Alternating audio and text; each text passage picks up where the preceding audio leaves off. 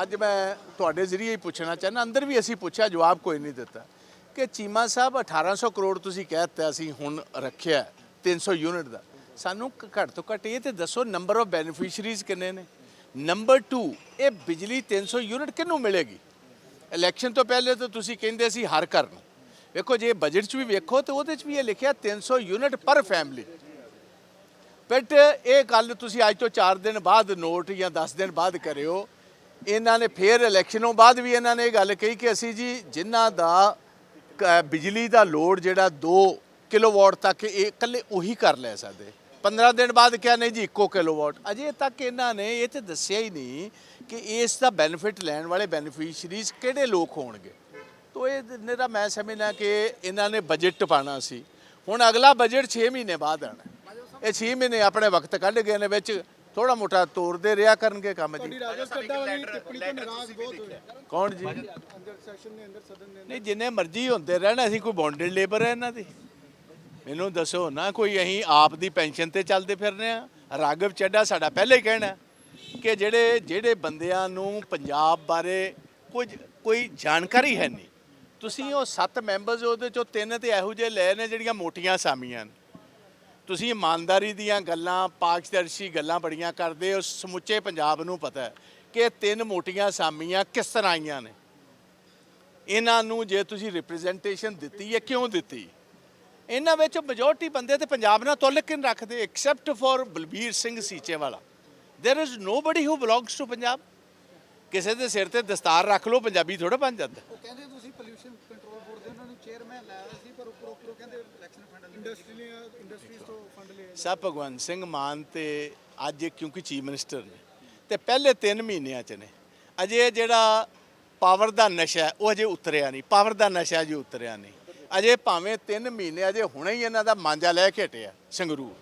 ਅਜੇ ਇਹਨਾਂ ਦਾ ਚੰਗੀ ਤਰ੍ਹਾਂ ਝਾੜੂ ਖਿਲਾਰ ਕੇ ਹਟੇ ਨੇ, ਉਹਦੇ ਵਾਲੇ ਕਿਰਪਾਨ ਵਾਲੇ ਇਹਨਾਂ ਦਾ ਝਾੜੂ ਖਿਲਾਰ ਕੇ ਹਟੇ ਨੇ। ਅਜੇ ਵੀ ਇਹਨਾਂ ਨੂੰ ਥੋੜਾ ਜਿਹਾ ਵਕਤ ਹੋਰ ਲੱਗੇਗਾ, ਕਿਉਂਕਿ ਤਾਕਤ ਦਾ ਨਸ਼ਾ ਜਿਹੜਾ ਇਹਨੂੰ ਉਤਰਨ ਨੂੰ ਟਾਈਮ ਲੱਗਦਾ। ਬਾਜਵਾ ਸਾਹਿਬ ਤੁਸੀਂ ਚਿੱਠੀ ਲਿਖੀ ਹੈ ਮੁੱਖ ਮੰਤਰੀ ਨੂੰ, ਤੁਸੀਂ ਇੱਕ ਚਿੱਠੀ ਲਿਖੀ ਹੈ। ਹਾਂਜੀ ਹਰਪਾਲ ਚੀਮਾ ਹੁਣ ਤੁਹਾਡੀ ਸਿੱਧੀ ਬਹਿਸ ਹੋਈ, ਹਾਲਾਂਕਿ ਜਦੋਂ ਵੇਖੋ ਮੈਂ ਤੇ ਸੁਜੈਸਟ ਕੀਤਾ ਸੀ ਕਿ ਚੀਮਾ ਸਾਹਿਬ ਇੱਕ ਜਗ੍ਹਾ ਤੇ ਤੁਸੀਂ 500 ਕਰੋੜ ਰੁਪਈਆ ਖਰਚਾ ਜਿੱਥੇ ਲੋਕਾਂ ਨੇ ਮੰਗ ਹੀ ਨਹੀਂ ਸੀ ਕੀਤੀ, ਉਹ ਪੈਸਿਆਂ ਦਾ ਬੈਟਰ ਇਸਤੇਮਾਲ ਕਰ ਲਓ। ਤੁਸੀਂ ਉਹ 500 ਕਰੋੜ ਰੁਪਈਆ ਜੇਲ੍ਹਾਂ ਦੀ ਬੈਟਰਮੈਂਟ ਵਾਸਤੇ, ਕਿਉਂਕਿ ਅੱਜ ਸਾਰਿਆਂ ਨੂੰ ਵੱਡਾ ਵੇਖੋ ਤੁਸੀਂ ਇੱਕ ਹੋਰ ਪਾਸੇ ਨੂੰ ਉਹ ਗੱਲ ਹੈਗੀ ਜਿਹੜੀ ਅਸਲ ਗੱਲ ਹੈ ਕਿ ਪੰਜਾਬ ਦੇ ਵਿੱਚ ਜਿਹੜੇ ਗੈਂਗਸਟਰਸ ਜੇਲ੍ਹਾਂ ਵਿੱਚ ਬੈਠੇ ਨੇ, ਉਹਨਾਂ ਦੇ ਡਰ ਦੇ ਨਾਲ ਹਰ ਆਦਮੀ ਨੂੰ ਅੱਜ ਫਰੌਤੀਆਂ ਦੀਆਂ ਟੈਲੀਫੋਨ ਆ ਰਹੇ ਨੇ, ਚਿੱਠੀਆਂ ਆ ਰਹੀਆਂ ਨੇ, ਜਾਨੋਂ ਮਾਰਨ ਦੀਆਂ ਧਮਕੀਆਂ ਆ ਰਹੀਆਂ ਨੇ। ਮੈਂ ਇਹਨਾਂ ਕਿਹਾ ਸੀ ਇਹਨਾਂ ਨੂੰ ਬੈਟਰ ਇੱਥੇ ਜਿਹੜਾ ਐਡਮਿਨਿਸਟ੍ਰੇਸ਼ਨ ਦਾ ਸਿਸਟਮ ਹੈ ਜੇਲ੍ਹ ਦਾ, ਉਹਨੂੰ ਬੈਟਰ ਕੀਤਾ ਜਾਏ। ਇੱਥੇ ਟਾਵਰਸ ਲੱਗਣ ਦੀ ਲੋੜ ਹੈ, ਇੱਥੇ ਜ਼ਿਆਦਾ ਜੇਲ੍ਹ ਦੀ ਭਰਤੀ ਕਰਨ ਦੀ ਲੋੜ ਹੈ, ਉੱਥੇ ਮੋਬਾਈਲ ਟਾਵਰ ਜਿਹੜੇ ਨੇ 5G ਚਾਹੀਦੇ ਨੇ। ਸੋ ਬਹੁਤ ਕੁਝ ਉੱਥੇ ਕਰਨ ਦੀ ਲੋੜ ਹੈ। ਮੈਂ ਹਰਿਆਣਾ ਦਾ ਇਹਨਾਂ ਨੂੰ ਐਗਜ਼ਾਮਪਲ ਦਿੱਤਾ ਸੀ। ਹਰਿਆਣੇ ਦੇ ਵਿੱਚ 24,000 ਇਨਮੇਟ ਨੇ ਜੇਲ੍ਹਾਂ 'ਚ। ਇੱਕ ਮਿੰਟ ਮੈਡਮ, 4,000 ਦੀ ਉਹਨਾਂ ਕੋਲ ਭਰਤੀ ਹੈ। ਸੋ 6 ਬੰਦਿਆਂ ਪਿੱਛੇ ਇੱਕ ਉਹਨਾਂ ਕੋਲ ਵਾਰਡਨ ਹੈ। ਪੰਜਾਬ ਦੇ ਵਿੱਚ ਗਿਣਤੀ ਬਹੁਤ ਘੱਟ ਹੈ ਜੀ। ਚਿੱਠੀ ਲਿਖੀ ਹੈ ਜਿਹੜੀ ਤੁਸੀਂ ਸੀਐਮ ਸਾਹਿਬ ਨੂੰ ਕੈਮਰਾ ਫੋਕਸ ਨੂੰ ਲੈ ਕੇ? ਨਹੀਂ, ਉਹ ਸੀਐਮ ਨੂੰ ਨਹੀਂ ਲਿਖੀ, ਉਹ ਸਪੀਕਰ ਸਾਹਿਬ ਨੂੰ ਲਿਖੀ ਹੈ ਕਿ ਬਹੁਤ ਅਨਫੋਰਚੂਨੇਟ ਹੈ ਕਿ ਤੁਸੀਂ ਇੱਕ ਤੇ ਕਹਿੰਦੇ ਪਾਰਦਰਸ਼ਤਾ ਰੱਖਾਂਗੇ ਤੇ ਤੁਸੀਂ ਸਾਨੂੰ ਕੀਤਾ ਕੀ ਹੈ ਕਿ ਆਪੋਜੀਸ਼ਨ ਜਦੋਂ ਬੋਲਦੀ ਹੈ ਤੇ ਕੈਮਰਾ ਖਿੱਚ ਕੇ ਉੱਥੇ ਲੈ ਜਾਂਦੇ ਨੇ 150-200 ਗਜ਼ ਤੋਂ। ਨਾ ਤਾਂ ਕਿਸੇ ਨੂੰ ਸਮਝ ਆਉਂਦੀ ਬੋਲ ਕੌਣ ਰਿਹਾ, ਆਵਾਜ਼ ਤੋਂ ਲੋਕਾਂ ਨੂੰ ਪਛਾਣਨਾ ਪੈਂਦਾ। ਤੁਹਾਡਾ ਜਿਹੜਾ ਕੋਈ ਵੀ ਮੈਂਬਰ ਜਿਹਨੂੰ ਗੱਲ ਕਰਨ ਦੀ ਵੀ ਜਾਚ ਹੈ ਨਹੀਂ, ਉਹਦੇ ਤੇ ਫੋਕਸ ਕਰ ਦਿੰਦੇ ਨੇ। ਇਹਨਾਂ ਦੇ ਮਿਨਿਸਟਰਾਂ ਨੂੰ ਫੋਕਸ ਕਰ ਦਿੰਦੇ ਨੇ, ਇਹਨਾਂ ਦੇ ਚੀਫ ਮਿਨਿਸਟਰ ਤੇ ਫੋਕਸ ਰੱਖਦੇ ਨੇ। ਸੋ ਲੈਵਲ ਪਲੇਇੰਗ ਫੀਲਡ ਹੈ ਨਹੀਂ। ਉਹਦਾ ਮਤਲਬ ਹੈ ਕਿ ਵੇਖੋ ਇਹ ਕੋਈ ਤਰੀਕਾ ਜੀ। ਵੇਖੋ ਲੋਕ ਸਭਾ ਦੇ ਵਿੱਚ, ਰਾਜ ਸਭਾ 'ਚ ਜੇ ਉੱਥੇ ਟੈਲੀਵਿਜ਼ਨ ਚੱਲਦੇ ਨੇ, ਉਹਨਾਂ ਨੇ ਆਪਣਾ ਇੱਕ ਬਕਾਇਦਾ ਤੌਰ ਆਟੋਨੋਮਸ ਬੋਡੀ ਬਣਾਈ ਹੈ। ਮੈਂ ਵੀ ਆ ਸੁਜੈਸਟ ਕੀਤਾ ਆਟੋਨੋਮਸ ਬੋਡੀ ਬਣਾਓ ਜਾਂ ਫਿਰ ਕੈਮਰੇ ਬੰਦ ਕਰੋ। ਜੇ ਕੈਮਰੇ ਔਨ ਕਰਨੇ ਫਿਰ ਦੋਨੋਂ ਪਾਸੇ ਬਹਿਸ ਤੇ ਸੁਣ ਤੇ ਲੈਣ ਦਿਓ। ਤੁਸੀਂ ਚਾਹੁੰਦੇ ਹੋ ਕਿ 1 ਵੇ ਟ੍ਰੈਫਿਕ ਚੱਲੇ, ਕੱਲੇ ਆਪ ਦੇ ਮਿਨਿਸਟਰਸ ਤੇ ਐਮਐਲਏ ਨੂੰ ਲੋਕ ਸੁਣ ਸਕਣ। ਮਸਲੇ ਤੇ ਅਨਮੋਲ ਗਗਨ ਮਾਨ ਕਹਿ ਰਹੇ ਆ ਕਿ ਬਾਜਵਾ ਸਾਹਿਬ ਤੇ ਵੜਿੰਗ ਸਾਹਿਬ ਜਿਹੜੇ ਨੇ ਆਪਣਾ ਅਲੱਗ ਕੈਮਰਾ ਲਵਾ ਲੈਣ, ਉਹਨਾਂ ਨੂੰ ਕਹਿੰਦੇ ਕੈਮਰੇ ਤੇ ਆਉਣ ਦਾ ਬਹੁਤ ਸ਼ੌਕ ਹੈ। ਵੇਖੋ ਗੱਲ ਇਸ ਤਰ੍ਹਾਂ, ਮੈਂ ਅਨਮੋਲ ਰਤਨ ਜੀ ਸਾਡੀ ਨੌਜਵਾਨ ਭੈਣ ਹੀ ਹੈ ਛੋਟੀ, ਉਹਨੂੰ ਮੈਂ ਗੱਲ ਕਹੂੰਗਾ ਪਹਿਲੇ ਹੋਮਵਰਕ ਕਰਕੇ ਆਇਆ ਕਰ। ਤੂੰ ਪਹਿਲੇ ਬਿਆਨ ਦਿੱਤਾ ਕਿ ਜੀ ਸਾਰੇ ਹਿੰਦੁਸਤਾਨ 'ਚ ਹਰ ਸੀਟ ਹਾਰ ਸਕਦੀ ਹੈ ਸੰਗਰੂਰ ਤੋਂ ਇਲਾਵਾ, ਉੱਥੇ ਮਾਂਜਾ ਲੈ ਗਿਆ। ਫਿਰ ਇਹ ਕਹਿ ਰਹੀ ਸੀ ਕਿ ਵੋਟਾਂ ਤਾਂ ਨਹੀਂ ਪੈ ਰਹੀਆਂ ਕਿਉਂਕਿ ਫਸਲ ਦੀ ਕਟਾਈ ਹੋ ਰਹੀ ਹੈ।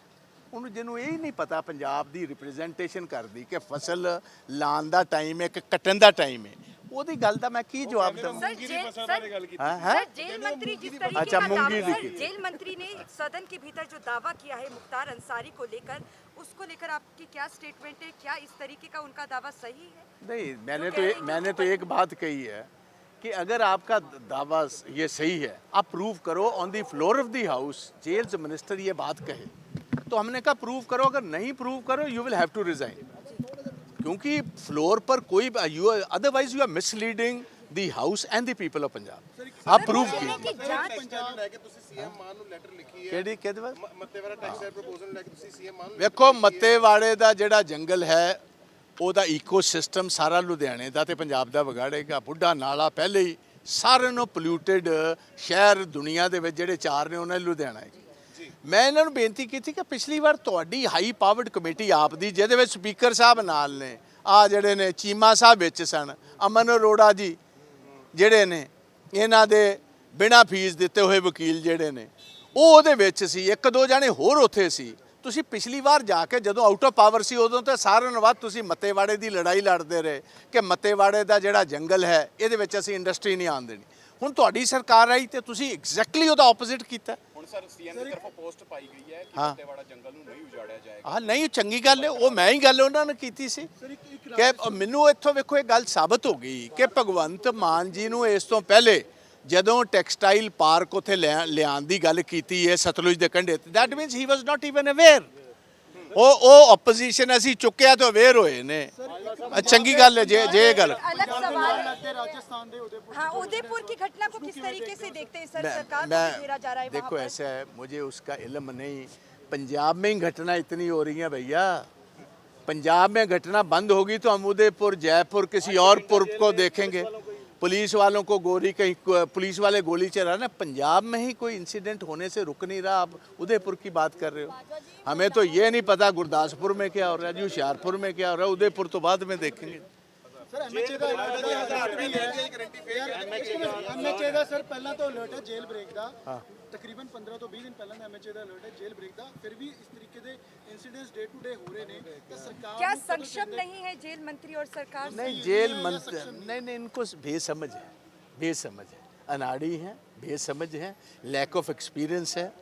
हाँ जी, और इनके basically they don't have control over their departments, that's why they make these kind of sweeping statement. आज आपने देखा वो ट्रांसपोर्ट मिनिस्टर का क्या हाल हुआ, उसकी जगह पर मीत हेयर को कहा जा रहा है कि आप देखो, ट्रांसपोर्ट मंत्री का मेरा सवाल है, वो मीत हेयर को कह रहा है बोलने को, मीत हेयर अरोड़ा जी को कह रहा है, अमन अरोड़ा, देखो अमन अरोड़ा जी स्पीकर जी को कह रहे हैं हमारी जान छुड़ाओ। मैं उनका इशारा देख रहा हूँ, वहाँ से इशारा कर रहे हैं स्पीकर साहब को हमारे मंत्री की जान छुड़वाई जाए क्योंकि उसके पास जवाब नहीं। आपकी हर बात में अमन अरोड़ा खड़े होकर नहीं, अमन जी की देखो उनकी दुख और तकलीफ उनकी पीड़ा को मैं समझता हूँ। मैं पीड़ा उन्हों की समझना, वो बेचारे काले ने, ਉਹਨਾਂ ਦਾ ਕਾਲੇ ਨੇ ਕਿ ਜਿਹੜੀ ਇਹ ਚੱਲਦੀ ਹੋਈ ਟ੍ਰੇਨ ਟੂ ਪਾਕਿਸਤਾਨ ਹੈ ਕਿਤੇ ਇਹਦੇ ਵਿੱਚ ਇਹ ਨਾ ਹੋਏ ਕਿ ਇਹ ਵੀ ਸਵਾਰੀ ਫੇਰ ਤੋਂ ਰਹਿ ਜੇ। ਮੈਂ ਤੇ ਅੱਜ ਸਵਾਰਿਸ਼ ਵੀ ਕੀਤੀ ਹੈ, ਇਹ ਟ੍ਰੇਨ ਟੂ ਪਾਕਿਸਤਾਨ ਜਿਹੜੀ ਜਾ ਰਹੀ ਹੈ ਉਹਦੇ ਉੱਤੇ ਨਾ ਵੀ ਸੀਟ ਖਾਲੀ ਹੋ, ਭਾਵੇਂ ਖਿਲਾਰ ਕੇ ਹੀ ਲੈ ਜਾਓ, ਅਮਨ ਅਰੋੜਾ ਜੀ ਨੂੰ ਭਾ ਕੇ ਲੈ ਜਾਓ। 1000 ਰੁਪਏ ਦੇਣ ਦੀ ਗੱਲ ਕੀਤੀ ਹੈ, ਗਾਰੰਟੀ ਦੀ ਗੱਲ ਕਹਿੰਦੇ 2 ਮਹੀਨੇ ਚ ਪੂਰੀ ਕੀਤੀ ਜਾਊਗੀ ਬਿਨਾਂ ਕਿਸੇ ਕਰਜ਼ਾ ਲਏ ਤੋਂ। ਤੁਸੀਂ ਗੱਲ ਨਹੀਂ ਸਮਝਦੇ, ਇਹਦਾ ਜਵਾਬ ਮੈਨੂੰ ਦੇ। 9000 ਕਰੋੜ ਦਾ ਤੇ ਤੁਸੀਂ ਕਰਜ਼ਾ ਆ 3 ਮਹੀਨਿਆਂ ਚ ਲੈ ਲਿਆ। ਇਸ ਉਹ ਮੈਡਮ ਜੀ ਉਹ ਜਿਹੜਾ ਲਾਇਆ ਹੈ ਉਹ ਤੇ ਤੁਸੀਂ ਕਿਸ਼ਤ ਦੇਣੀ ਉਹ ਤੇ ਹਰ ਸਾਲ ਜਿਹੜੀਆਂ ਕਿਸ਼ਤਾਂ ਦੇਣੀਆਂ ਹੁੰਦੀਆਂ ਉਹ ਤੇ ਗਵਰਨਮੈਂਟ ਆਫ ਇੰਡੀਆ ਨੇ ਜਾਂ ਜਿਹੜੀ ਫਾਈਨੈਂਸ਼ੀਅਲ ਇੰਸਟੀਟਿਊਸ਼ਨਸ ਕੋ ਤੁਸੀਂ ਕਰਜ਼ੇ ਚੁੱਕੇ ਨੇ ਉਹ ਤੇ ਉਹਨਾਂ ਲੈ ਹੀ ਲੈਣੇ ਨੇ ਤੁਹਾਡੇ ਕੋ।